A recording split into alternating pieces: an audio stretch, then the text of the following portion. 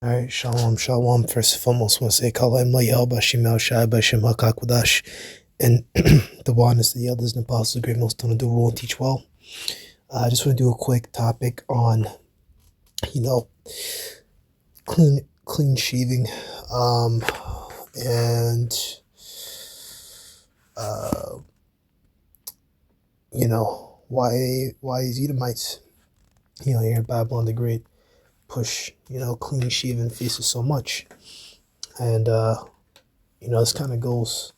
Especially for this lesson, comes from it's kind of random channel I was watching. I can't remember his name, but he's kind of like I think he's more of like a fitness finance type of guy, and he was kind of pushing that. The reason why he keeps his head bald and his face shaven is because all the top businessmen have their face shaven, right? So see where that comes from, right? So the preference for a clean shaven face was a defining characteristic, right? All I looked at was Rome, clean shave was better, right? So yeah, overview. The preference for a clean shaven face was a defining characteristic of Roman grooming for centuries, symbolizing civilization, discipline, and modernity. This style was widely adopted by Roman elite, including emperors like Augustus and Julius Caesar, and distinguished them from those they considered barbarians who often wore beards, right? So we know that Roman culture, is mixed with, alphabet culture, man, right? They were getting down like that, all right? So it all comes together, right? They didn't want to look like the barbarians. They didn't want to look like the nations around about them who wore beards, right? Well, including us, right?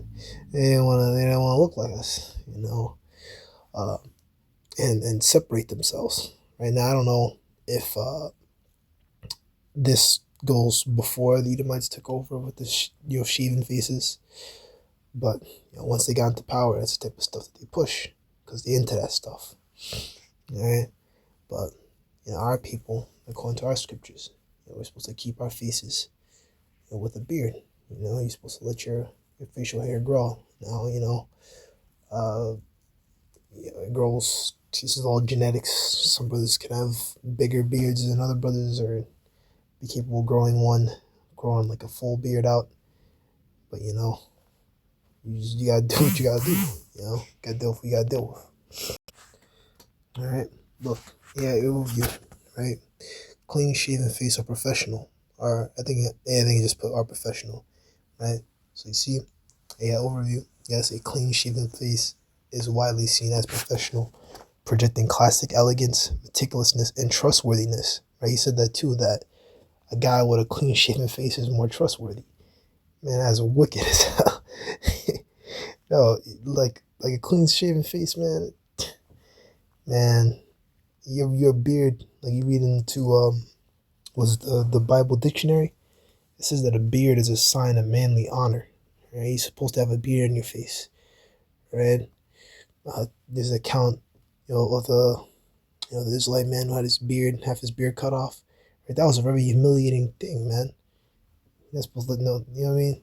Someone cut your beard off, that's humiliating. You're supposed to have a beard, right?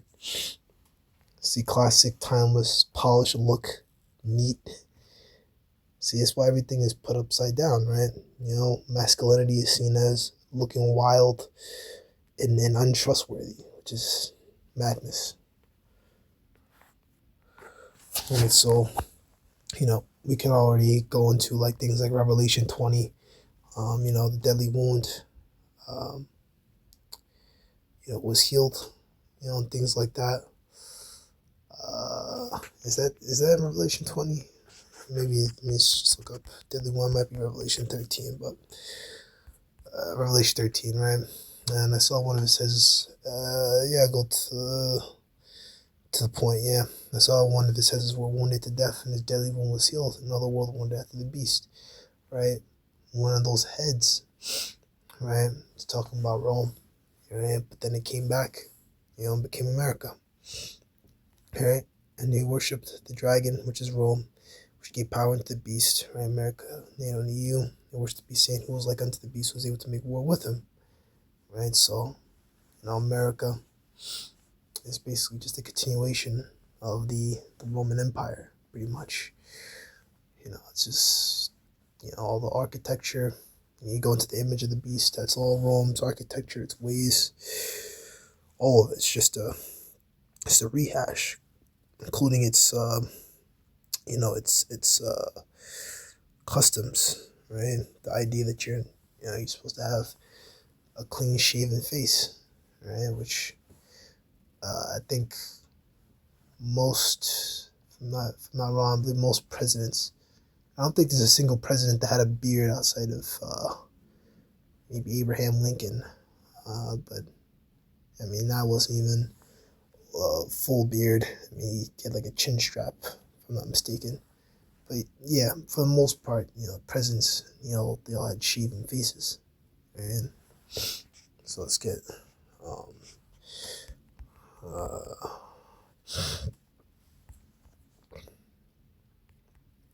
this is the book of Isaiah 29, verse 16. Surely, surely you're turning up things upside down. Shall be esteemed as a pot's clay. For should I work, seeing him that made it, he made me not. Should a thing frame, save him that framed it, he had no understanding. Right? He turns things upside down. Right?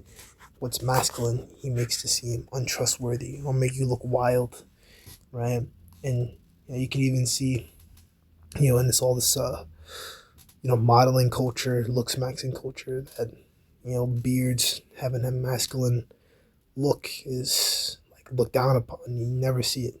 When we look at modeling and stuff, it's just like what they try to show us, a peak male image. It's a shaven face, and that's going off, man. You're supposed to have a beard, and to be honest, these jobs, so professional, once you're clean shaven, they're going off, man. That just goes to the wickedness of the society. Right? But he still wants to claim himself as God, right? Try to be like the Most High. Right? That's why he turns things upside down. All right, so it's here, you know. But yeah, I'll let that be that. Go ahead and find us a shalom.